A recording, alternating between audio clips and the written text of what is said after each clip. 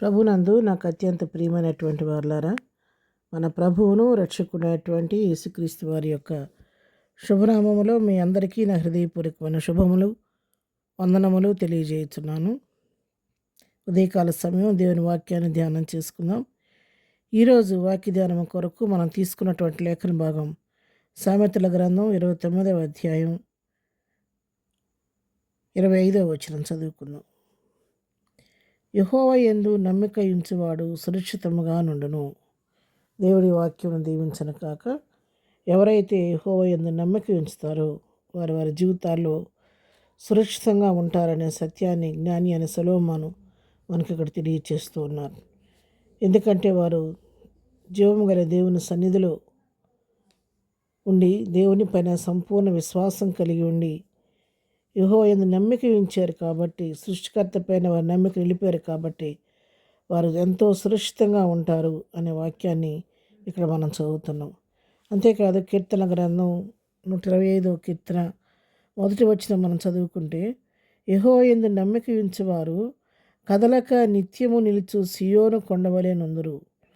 చూసారు, యెహోవా యందు నమ్మిక ఉంచారు ఇంకెలా ఉంటారంటే, మొదటిగా సురక్షితంగా ఉంటారు.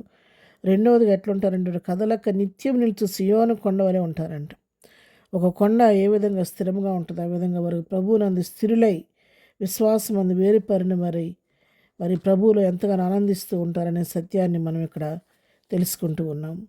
అంతేకాదు ఇర్మీయా గ్రంథం 17వ అధ్యాయం 7వ వచనం మనం చదువుకుంటే, యెహోవాను నమ్ముకునేవాడు ధన్యుడు, యెహోవా వానికి ఆశ్రయముగా ఉండును. ఎవరైతే యెహోవాను నమ్ముకుంటారో వారికి ఆయన ఆశ్రయంగా ఉంటారు కాబట్టి వారు కదలక స్థిరులుగాను వారు ఎంతో సురక్షితంగానే ఉంటారనే సత్యాన్ని మనం ఇక్కడ తెలుసుకుంటున్నాం. ఏదైనా సరే ఒక కార్యం మన జీవితంలో జరగాలంటే దానికి మొట్టమొదటి కావాల్సింది నమ్మకం ఉన్నప్పుడు ఏదైనా మనం సాధించగలుగుతాం. నమ్మకం లేకుండా అవిశ్వాసంతో మనం దేన్ని కూడా సాధించలేము. దృఢమైన విశ్వాసం మనలో ఉంటే ఊహించిన కార్యాలు దేవుడు మన పక్షంగా చేస్తూ ఉంటాడు. అందుకే ఆవగినంత విశ్వాసం మీలో ఉంటే ఈ కొండనెత్తి సముద్రంలో పడమంటే అది పడుద్ది అని వాక్యం సెలవిస్తుంది.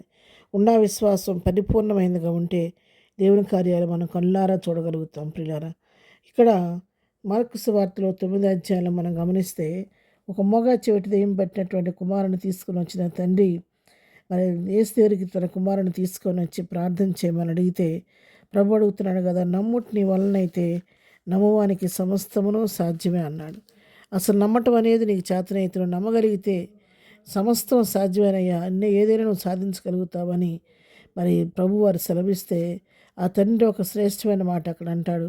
వెంటనే ఆ చిన్నవాని తండ్రి, నమ్ముతున్నాను, నాకు అపనమ్మకం ఉండకుండా సహాయం చేయమని బిగ్గరగా చెప్పాను. చూసారా, అంటున్నా, నేను నమ్ముతున్నానయ్యా, కానీ అపనమ్మకం అనేది రాకుండా నాకు సహాయం చేయమని ప్రభువుని సహాయం తీసుకున్నాడంట. అవును ప్రియులారా, ఉదయకాల సమయంలో దేవుని వాక్యం వింటున్నట్టు మా అందరితో కూడా ప్రభువు మాట్లాడుతున్నాడు.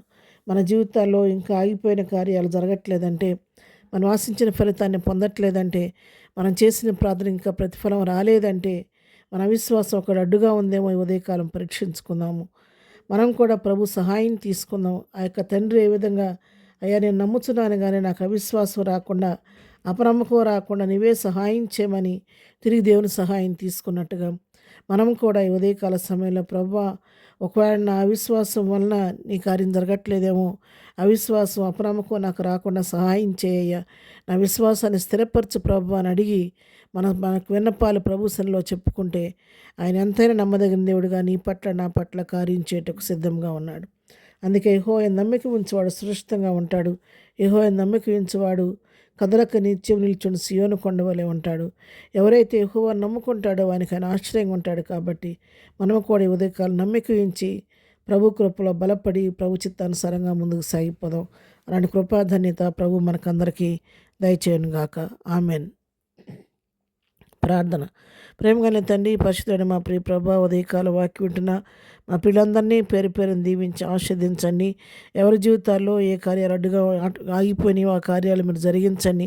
వారి అవిశ్వాసం ఒకవేళ నీ కార్యానికి అడ్డుగా ఉంటే దయతో వారికి అపనమ్మకం రాకుండా అవిశ్వాసం రాకుండా ఈ దినం మీరు సహాయం చేసి ప్రతి వారి పట్ల నీ కార్యాలు నూతనపరచండి. నీ బిడ్డలైన వారు ఇద్దరం బయటకు వెళ్తున్నప్పుడు లోనికి వస్తున్నప్పుడు నీ కృపాక్షేమాలు తోడుగుంచండి. చేయి పని అన్నింటిలో నీ కృప తోడుగుంచండి. ఇద్దరం బర్త్డే ప్రభా మ్యారేజ్ జరుపుకుంటున్న బిడ్డలను దీవించి ఆశీర్దించి వారి కుటుంబాల క్షేమము ఆశీర్వాదం దీవెన దయచేయండి. ఎగ్జామ్స్ రాస్తున్న బిడ్డలందరికీ ప్రత్యేకమైన జ్ఞానం ఇచ్చి నడిపించండి. ఈ దినమంతా నీ కృపా క్షేమాలు మాకు తోడుగా ఇచ్చి నడిపించమని యేసునామములో ప్రార్థించడి పొందుకొని ఉన్నాము తండ్రి. ఆమెన్. ప్రభు కృప సదాకాలము మనందరికీ తోడై ఉండి నడిపించును గాక. ఆమెన్.